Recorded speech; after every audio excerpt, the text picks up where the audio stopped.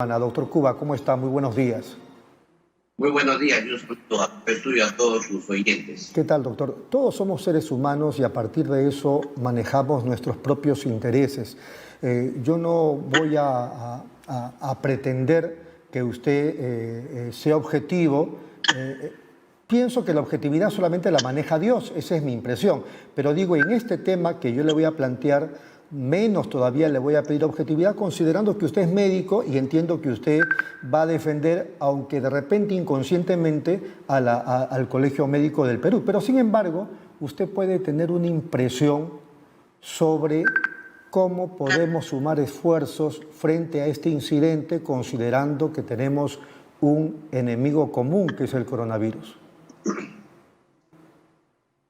Para empezar, me gustaría aclarar tu prejuicio, porque en realidad pensar que porque soy médico no voy a tener una posición objetiva frente a Doctor, problemas. lo escucho entrecortado. Vamos a ver si mejoramos la señal para poder escucharlo mejor. Ahora sí. A ver, hable, por favor, diga algo. ¿No? Sí, Ahí sí. está bien, ahí está bien, ahí está bien.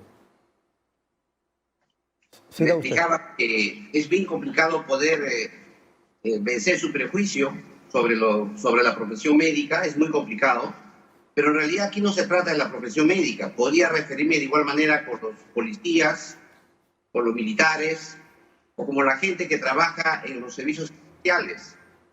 Cuando la Constitución en ningún momento señala que todos somos iguales en el país, porque bajo ese criterio no habría en el país gente que tenga más recursos económicos que otros, o que no hubiera gente que tenga que usar los medios de comunicación con aviones y otros vayan por carretera y otros vayan a pie. Yo creo que lo que aquí se ha discutido es que se ha puesto un criterio igualitarista para resolver un tema de responsabilidad que tiene el gobierno de respaldar a la gente que envía precisamente a resolver los problemas de salud que tiene el país.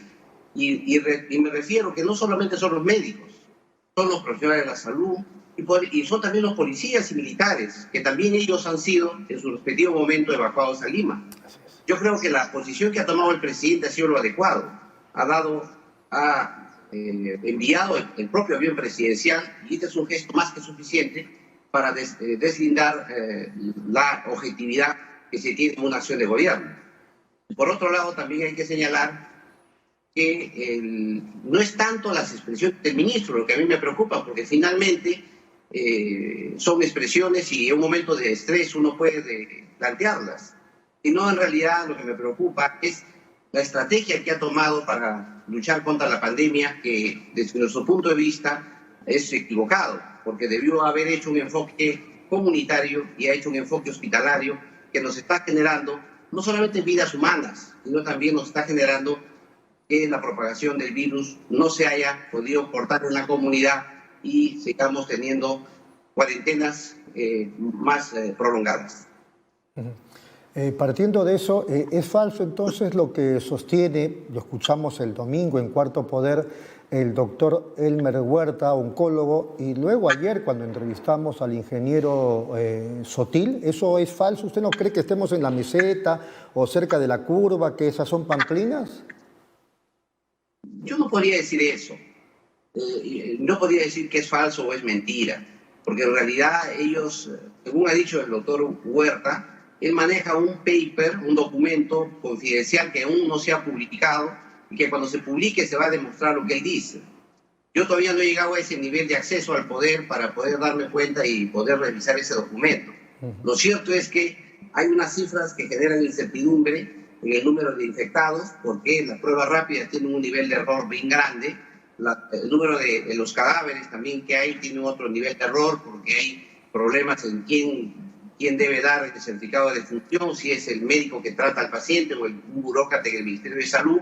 También hay problemas en los equipos de protección personal, también hay problemas en las unidades de cuidados intensivos, es decir, hay problemas hasta con los balones de oxígeno, como ha ocurrido en la ciudad de Loreto y también en la ciudad de Chiclayo. En consecuencia, yo creo que plantear en qué fase estamos requeriría un mayor nivel de información que por momento el Suquito no tiene, porque no he tenido acceso a ese documento privilegiado que dice el doctor Huerta que tiene.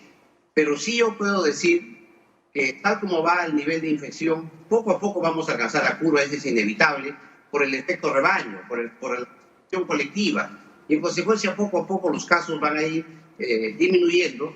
Y yo creo que ya estamos cerca de eso, pero que ese periodo debería hacerse más corto, porque finalmente, ¿cómo vamos a salir de la cuarentena? ¿Cuál es la estrategia que nos ofrece el Ministerio de Salud para salir de la cuarentena? La única estrategia es como lo ha hecho España, como lo ha hecho Italia, es a través de lo que se llama el enfoque comunitario, bajo dos elementos. Uno de ellos que es fortalecer los establecimientos de salud del primer nivel de atención, que es las postas y los centros de salud, y en segundo lugar, la organización de la comunidad, para que a nivel de comunidad se pueda hacer lo que se llama el control social y además el aislamiento focalizado en familia, en hogares, etc. De otra manera, no va a haber forma de salir de la cuarentena, porque nadie cree, nadie lo ha planteado, que después de esta pandemia vamos a ir a una situación normal como era antes. Vamos a salir todavía a una situación muy especial. El propio gobierno ha señalado que va a haber 4 fases. En consecuencia, ¿cuál es la respuesta a esas 4 fases? ¿Cómo se prepara el Ministerio de Salud para esas 4 fases? ¿Va a ser igual en el enfoque hospitalario o necesariamente tiene que empezar el enfoque comunitario? Yo señalo que tiene que ser bajo el enfoque comunitario y señalo también que eso debió prepararse desde el inicio de la pandemia, no a estas alturas que es tardío. Sin embargo, más vale tarde que nunca. Considerando que estamos en una situación todavía lamentablemente complicada por el coronavirus, con muchos infectados, también con muchos muertos, ¿no es contraproducente, disculpe la pregunta, usted es el especialista, quien habla no es contraproducente que se apliquen ya las 4 fases y que, por ejemplo, esta semana entiendo más de 2.000 empresas entren a trabajar, mañana lo hacen los pescadores, en fin, ¿no es contraproducente todo eso? Mire, nosotros tenemos que hacer no solamente vigilancia sanitaria, no solamente vigilancia epidemiológica, que es seguir el rumbo de la enfermedad, sino también tenemos que hacer vigilancia sanitaria, que es distinto. Es decir, tenemos que ver nuestra capacidad de gestión de las actividades sanitarias en el país. Y la verdad es que si no se resuelven 2 temas adicionales, que es mayor financiamiento, mayor proyección de dinero y además mejorar el bienestar de la población, es imposible que podamos resolver la pandemia en su totalidad. Por eso que hay 3 curvas que hay que seguir. La curva de la pandemia, la curva de la economía y la curva del bienestar social de la población. Si nosotros seguimos esas 3 curvas, vamos a alinear en un momento determinado cómo van a salir poco a poco reactivándose la economía. Pero no podemos priorizar una sobre otra. ¿Por qué? Porque si uno prioriza una sobre otra, va a tener gente moribunda en sus casas encerrada, o va a tener gente que se muere en las calles a favor de la economía, o va a tener gente que tenga grandes sufrimientos en la comunidad por falta de agua, desagüe, vivienda, etcétera, que también genera este tema del bienestar social. En consecuencia, yo creo que se tiene que dar una salida a esto, y la única salida que es el enfoque local, el enfoque distrital, el enfoque a través de acciones comunitarias que va a permitir ir soltando la economía poco a poco. Ahora se discute mucho de los protocolos. Dicen, vamos a tener protocolos para salir. Discúlpeme usted, los protocolos los cumplirán pues las grandes empresas, si es que acaso eso lo hará. Pero el informal, el que vende en las calles, no va a estar cumpliendo los protocolos que exige el Ministerio de Salud, el Ministerio de Economía y Finanzas.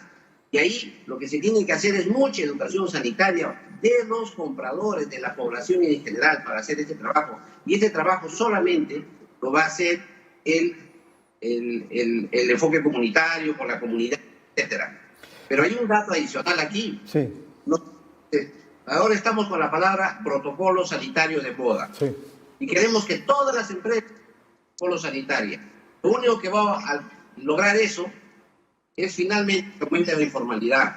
Lo único que va a conseguir eso es que los sectores menos pudientes pueden entrar a la formalidad o pueden salir de las empresas de la formalidad a la informalidad. Porque es natural que en un momento de crisis esos protocolos sanitarios significan sobrecostos.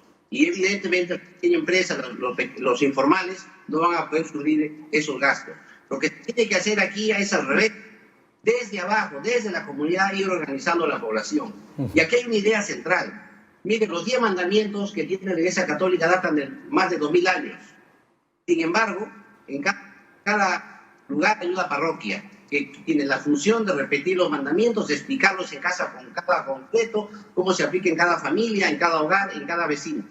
Eso que hace la Iglesia, esa es una labor que tienen que hacer los 8000 establecimientos de salud que tiene el país. Es decir, generar un cambio en el comportamiento de la población para que la salida de esta pandemia no vamos a salir a como era antes. Ese que no era antes. A construirlo poco a poco con el trabajo de la comunidad.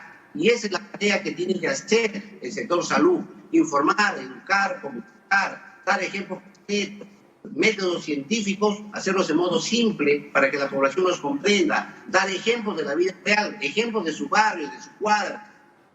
Si hay una persona que vende emolientes, si está sin mascarilla, la gente sepa que no la debe comprar. Si hay gente que se lava las manos de la misma manera, todo es con ejemplo. No se puede hacer porque lo dijo el presidente, todos deben acatar, porque finalmente los humanos no están... Última pregunta, doctor, antes que se nos vaya el tiempo. A propósito de lo que estamos conversando hoy día, temprano, lógicamente en la vía pública, porque estaban en la vía pública, el ministro de Transportes dijo palabra más, palabra menos, que los mototaxis sí podían funcionar. Entonces los periodistas le preguntaron, ¿pero cómo? ¿Los mototaxis? O sea, ¿pueden salir a trabajar? Sí, desde hoy pueden salir a trabajar. Pero él explicó lo siguiente y dijo, lo que pasa es que se ha tomado esta decisión porque es la manera como la gente se moviliza en los conos de Lima. Y qué mejor movilización que a través de un mototaxi. Entonces no podemos decir que porque no hay protocolos. Entiendo, doctor Herbert Cuba, que justamente los mototaxistas pues no están haciendo protocolos, pero ya están saliendo a partir de hoy. ¿Qué le parece ese cuadro? Me parece la explicación de la realidad. La realidad es más dura que lo que creen los burócratas del Ministerio de Salud. Y ahí es un ejemplo concreto. Además, la pregunta es la siguiente. Ya la Organización Mundial de la Salud ha señalado que el virus no se transmite por el aire.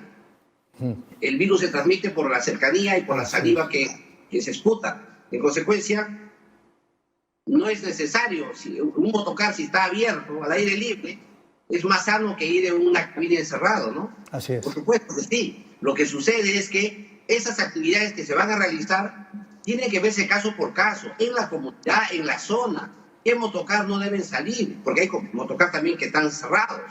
O sea, todos esos temas se tienen que hacer en el lugar de los hechos.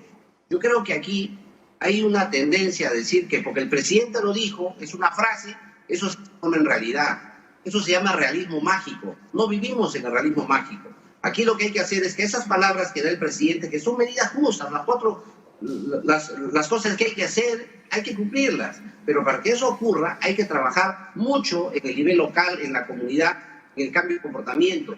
No nos olvidemos que vivimos en un país que vive hacinados, no solamente dentro de sus hogares, sino también en barrios que son muy populares. En los mercados también viven en hacinamiento. Las pequeñas tiendas de abarrotes también son hacinamiento.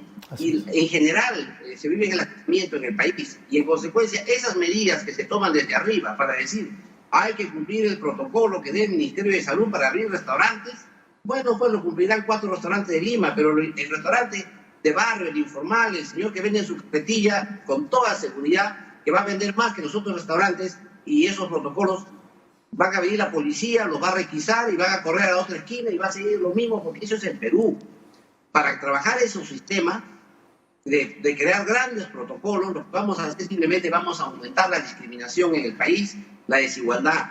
Lo que hay que hacer más bien es al revés, desde las bases, desde abajo, las instituciones comunales, desde la población, ir creando mecanismos de autoprotección, de protección social, de control social, de tal manera que poco a poco se logre el objetivo, porque esta pandemia no es que pase mañana o pasado, como ya lo dicen todos los expertos, nos va a cambiar el comportamiento de vida de todos los peruanos y de todo el mundo en el mediano plazo. En consecuencia, es una tarea titánica que tiene el gobierno, el Ministerio de Salud, que lamentablemente la ha abandonado. Da la impresión de que curando enfermos en los hospitales vamos a combatir esta pandemia, y eso no es verdad. Yo quiero poner aquí el ejemplo del VIH-Sida. Cuando apareció el primer caso en 1983, se pensaba que en 1 año o 2 años venía la vacuna. Desde el año 1983 a la fecha no hay vacuna. No hay vacuna. Segundo, podríamos desaparecer el SIDA de la tierra si decimos que un decreto, una ley que diga que se prohíbe tener relaciones sexuales durante 15 años. El SIDA desaparece de la tierra. Sin embargo, eso no lo va a cumplir nadie porque no va contra el comportamiento de la gente. Cuando uno legisla, tiene que dar viabilidad a lo que dice. Yo digo que en el Perú vamos a combatir la pandemia haciendo protocolos. Yo me pregunto, si el 70% de la población es informal, ¿cómo va a cumplir los protocolos? Muy bien. Yo creo que eso se dará para la gran empresa, para aquellas instituciones que van a poder realmente controlar. Perfecto. Sin embargo, el gran contagio va a ocurrir en esta población del 70% que es informal en nuestro país. Está clarísimo, Herbert. Más bien le agradezco, doctor, su amabilidad de responder a nuestro llamado. Muy amable y fuerte abrazo. Un agradecimiento para todos ustedes y un saludo, Rodolfo. Gracias. Muchas gracias a Herbert Cuba. El doctor Cuba es presidente de la Asociación Médica Peruana.